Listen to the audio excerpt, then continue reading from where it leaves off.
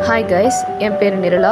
So நான் இந்த YouTube channel start பண்ணதுக்கு ரீசன் வந்து ஸ்டோரிஸ் சொல்கிறதுக்கு ஒரு ரீசன். அண்ட் இன்னொன்று வந்து சொல்ல போகணுன்னா, இந்த ஸ்டோரிஸ் எல்லாம் நானாக எழுதினது. It's not copied from anything or படத்தை பார்த்தோ இல்லை வெப் சீரிஸ் பார்த்தோ அந்த மாதிரிலாம் எதுவும் இல்லை.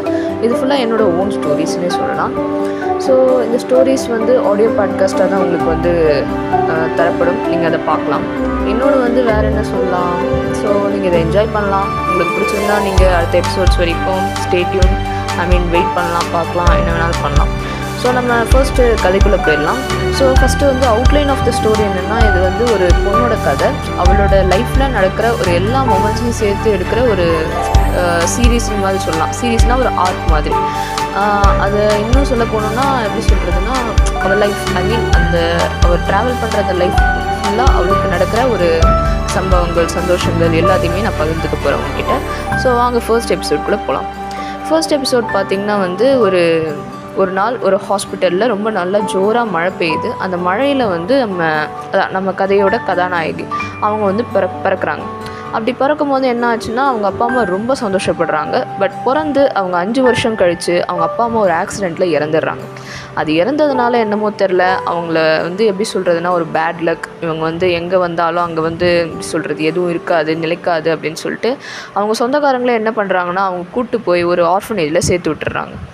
அப்படி சேர்த்து விட்டதுக்கப்புறம் என்ன ஆகுதுன்னா, அவங்க லைஃப் வந்து அப்படியே போயிட்டுருக்கு ஒரு வருஷம். பட் ஆனால் திடீர்னு அவங்க அம்மாவோட ஃப்ரெண்டு ஒருத்தவங்க லீலான்னு சொல்லிட்டு அவங்கள வந்து தத்தெடுத்து வளர்க்குறாங்க. அந்த பொண்ணு பேர் வந்து லெமூரியா. ஸோ வந்து அவங்க லெமூரியாவை என்றைக்கு அவங்க வீட்டுக்கு கூப்பிட்டு வந்தாங்களோ அன்றைக்கி வந்து அவங்க ஹஸ்பண்ட் வந்து அவங்ககிட்ட வந்து டிவோர்ஸ் வாங்கிட்டு போயிட்டாங்க.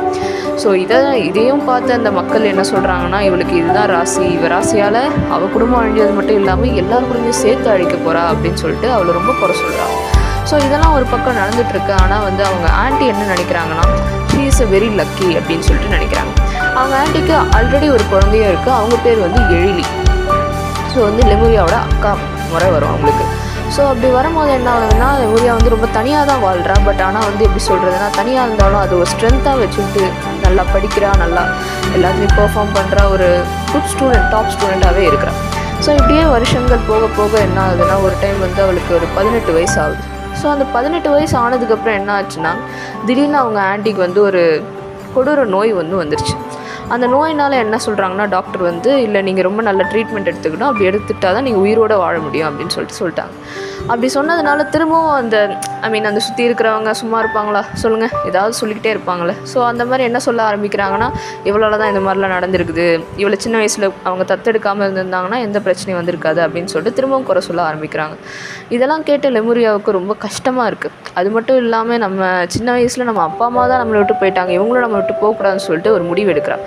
அந்த முடிவை எடுக்கும் போது என்ன ஆகுதுன்னா, அவங்க அக்கா எழிலி அவங்க வந்து என்ன சொல்கிறாங்கன்னா, நீ மட்டும் தயவு செஞ்சு இங்கேருந்து போயிரு, ஏன்னா நீ இங்கே இருந்தேன்னா எங்கள் அம்மா வந்து செத்துருவாங்க அப்படின்னே வந்து ரொம்ப சத்தம் போடுறான். ஸோ இதெல்லாம் கேட்டு அவளால் மனசு தாங்க முடியல. ஸோ அதனால் ஒரு நாள் என்ன பண்ணுறான்னா, அவள் வந்து அவங்க ஊர் இல்லாமல் அவங்க ஸ்டேட்டை தாண்டி வேறு ஒரு ஸ்டேட்டில் வந்து அவள் காலேஜ் அட்மிஷன் போடுறான். ஸோ அவங்க இருக்கிற ஸ்டேட் பார்த்தோன்னா கேரளா. ஸோ கேரளாவிலேருந்து அவள் என்ன பண்ணுறான்னா, தமிழ்நாடுக்கு காலேஜ் அட்மிஷன் போட்டு அங்கே இருக்கிற ஒரு காலேஜில் வந்து போய் சேர்ந்து படிக்கலான்னு ஆசைப்பட்றான். இதை வந்து அவங்க ஆண்ட் கிட்ட சொல்கிறான். ஆனால் அவங்க ஆண்ட் சொல்கிறாங்க, இதெல்லாம் ஒரு நோயின்றது வந்து யாரும் லக்குனாலலாம் வராது, ஏதாவது ஒரு பிரச்சனை, ஏதாவது ஒரு எப்படி சொல்கிறது ஹெல்த் இஷ்யூஸ் அந்த மாதிரி இருந்ததுன்னா நோய் வரதான் செய்யும், அதெல்லாம் ஒரு பெரிய விஷயம் இல்லைன்னு சொல்கிறாங்க. ஆனாலும் லெமூரியா என்ன சொல்கிறான்னா, இல்லை வேண்டாம், எனக்குன்னு ஒரு வாழ்க்கை வேணும், நானும் எத்தனை நாளைக்கு தான் இங்கேயே இருந்துருது அப்படின்னு சொல்லிட்டு அவன் ஆரம்பிக்கிறான். ஸோ அதனால் வந்து என்ன சொல்கிறாங்கன்னா, அவங்க ஆண்ட் வந்து சரி ஓகே, நீ எங்கே போகிறதா இருந்தாலும் போ, ஆனால் வந்து நான் உன்னோட அம்மான்றதை மட்டும் மறந்துடாத அப்படின்னு சொல்லிட்டு அவங்க ஆண்ட் சொல்கிறாங்க.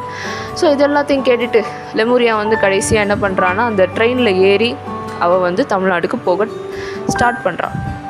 அப்படி ஸ்டார்ட் பண்ணும்போது அவளோட புது லைஃப் வந்து அங்கே ஒன்று ஓப்பன் ஆகுது. ஸோ அந்த ஓப்பன் ஆகிற அந்த நியூ லைஃப்பை வந்து நீங்கள் பார்க்கணுன்னா எபிசோட் 2க்காக வெயிட் பண்ணுங்கள். Thank you, bye bye.